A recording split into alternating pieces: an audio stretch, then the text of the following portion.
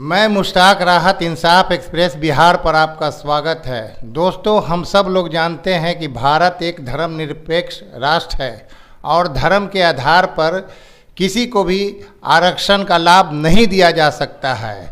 जब धर्म के नाम पर किसी को भी आरक्षण का लाभ नहीं दिया जा सकता है तो आर्टिकल 341(3) में अनुसूचित जाति को जब परिभाषित किया जा रहा था तब हिंदुओं और कुछ और धर्म के लोगों को आरक्षण का लाभ क्यों दिया गया और धर्म के आधार पर मुसलमानों और ईसाइयों को क्यों रोका गया, क्यों उस पर धार्मिक प्रतिबंध लगा दिया गया है अनुसूचित जाति के आरक्षण को परिभाषित करते समय।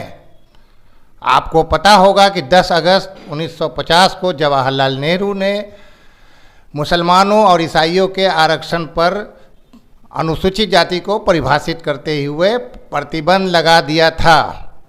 इसका मतलब ये हुआ है कि जो हिंदुओं और अन्य धर्म के लोगों को अनुसूचित जाति का सरकारी नौकरी में, शिक्षा में और अन्य क्षेत्रों में लाभ मिल रहा है, मुसलमानों और ईसाइयों को लाभ नहीं मिलेगा और ना मिल रहा है। इससे मुसलमानों में असंतोष है, इससे मुसलमानों में बेचैनी है। पिछले दिनों प्रशांत किशोर की एक सभा में जब ये सवाल किया गया कि भारत एक सेकुलर डेमोक्रेटिक कंट्री है तो मज़हब के आधार पर अनुसूचित जाति को परिभाषित करते समय मुसलमानों और ईसाइयों के आरक्षण पर प्रतिबंध क्यों लगा दिया गया, तो इसका वो जवाब नहीं दे सके। 1950 में दलितों को एससी का दर्जा मिला, 1956 में आदिवासी के सीटों को मिला, 1990 में बहुत को मिला। मुसलमानों को और ईसाइयों को एससी का दर्जा कब मिलेगा? नहीं करता हूँ कि अगर सीटों के आरक्षित कर देने से समाज सुधर जाता तो दलितों के लिए आपने खुद कहा कि उनके लिए तो सीट पहले से आरक्षित है, लेकिन उनकी दुर्दशा क्या सुधर गई? अगर मुसलमानों के लिए सीट रिजर्व कर दिया जाए उससे और ज्यादा गेटोइजेशन बढ़ेगा। मुसलमानों को लगेगा कि इस सीट के अलावा हम कहीं लड़ ही नहीं सकते। दूसरी जो आपने बात कही कि भाई फुलवारी शरीफ वहां आबादी किसकी ज्यादा है, ये तो पूरे सब पर लागू होती है। कई ऐसे सीट है जहां पर यादव ज्यादा होगा वो रिजर्व है।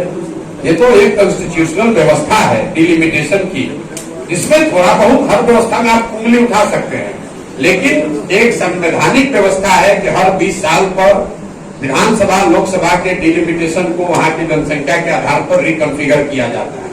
तीसरी एक स्ट्रेटेजिक प्रैक्टिकल बात समझ लीजिए, आज के इस दौर में अगर आप जो बात उठा रहे हैं ये बिरनी के खोता में उंगली डालने जैसा है। खोता में मल तो है, लेकिन अगर निकालने नहीं आए तो मल तो नहीं मिलेगा, मच्छी अलग काट के आपको बर्बाद कर देगी।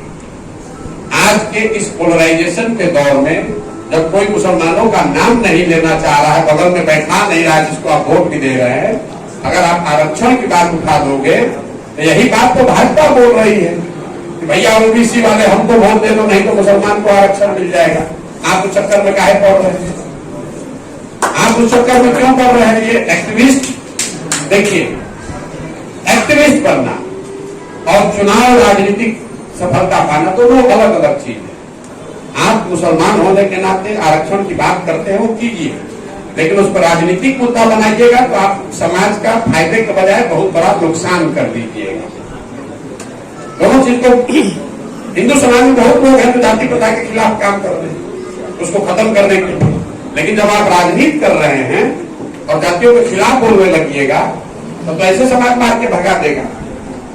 तो हम एक्टिविस्ट नहीं, जन स्वराज एक्टिविस्ट नहीं, हम राजनीतिक व्यवस्था बनाने आए और समाज की कमियों को, उसकी खामियों को, उसकी ताकत को समायोजित करके ही उसको सुधारना, उसका नेतृत्व करना चाहते हैं। जो आप चाह रहे हैं कि समाज में ये गलत है, इसको सुधर जाए, नहीं कीजिए, वो गेटोइजेशन बढ़ जाएगा। वैचारिक तौर पर भी वो गलत बात है। आप पढ़ाई की बात जरूर कीजिए, मुसलमानों में के बच्चे पढ़ें इसकी बात होनी चाहिए, मुसलमानों को भूमि सुधार का लाभ मिले ये बात होनी चाहिए। आपको ये नहीं मालूम है कि बिहार में 60% लोग भूमिहीन हैं। छोड़ दीजिए एक बार भाजपा, गरीबी, अमीरी, रोजगार, पढ़ाई का बात।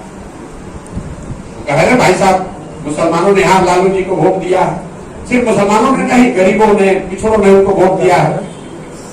बिहार में 60% लोग भूमिहीन हैं। पूरे देश में सिर्फ 38% लोग ऐसे हैं जिनके पास जमीन नहीं है। अगर यहाँ पर सबसे ज्यादा भूमिहीनों की संख्या है और उसमें 20% आबादी मुसलमानों की है, तो स्वाभाविक तौर पर मुसलमानों की एक बहुत बड़ी आबादी है जिसके पास एक धूर भी जमीन नहीं है। आप में से किसी ने भूमि सुधार पर जन सुधार की क्या सोच है वो आपने नहीं पूछी। बिहार में पिछले साल 4.5 लाख करोड़ रुपया बैंकों में जमा हुआ, 1,61,000 करोड़ रुपया लोगों को लोन मिला। उसमें मुसलमानों को पूंजी में कितना भागीदारी मिला ये आपको नहीं पता। जब तक आप शिक्षा, जमीन और पूंजी में भागीदार नहीं बनोगे तब तक समाज का लंबा विकास नहीं हो सकता। ये आरक्षण का लॉलीपॉप देखिए कैसे पूरे हिंदू समाज में हाथ बेवकूफ बनाया गया पूरे व्यवस्था में। और आंकड़ा याद रखिए, बिहार में 13 करोड़ आबादी है। कोई कह रहा हम 10 लाख नौकरी दे दिए, कोई कह रहा 5 लाख दे दिए, नीतीश दिए कि तेजस्वी दिए। 75 साल के शासन के बाद आज चपरासी से लेकर मुख्य सचिव तक टोटल जो सरकारी सेवा करने वाले लोग हैं उनकी संख्या है 23 लाख। 23 लाख मतलब 1.97% लोगों को ही सरकारी नौकरी है। उसी में आरक्षण है, चाहे 10 हो, 15 हो, 50 हो, 60 हो, और उसी में समाज को बेच दिया। 98% आदमी को तो नौकरी ना है ना हो सकती है। उसी एक चक्कर में सब 98% दिए जा रहे हैं। हम लोग की सोच ये है कि भागीदारी राजनीतिक हो जो कि इन 3 चीजों में भागीदारी सुनिश्चित करे, शिक्षा में, जमीन में और पूंजी में।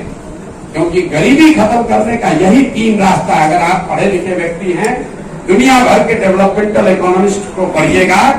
आप खुद तय कीजिए हमारे सवाल का जवाब प्रशांत किशोर ने तर्क से दिया या नहीं दिया, ये मैं आप पर छोड़ता हूँ। इसी के साथ इजाज़त दीजिए, फिर किसी नई वीडियो या नई शख्सियत के साथ आपसे मुलाकात होगी।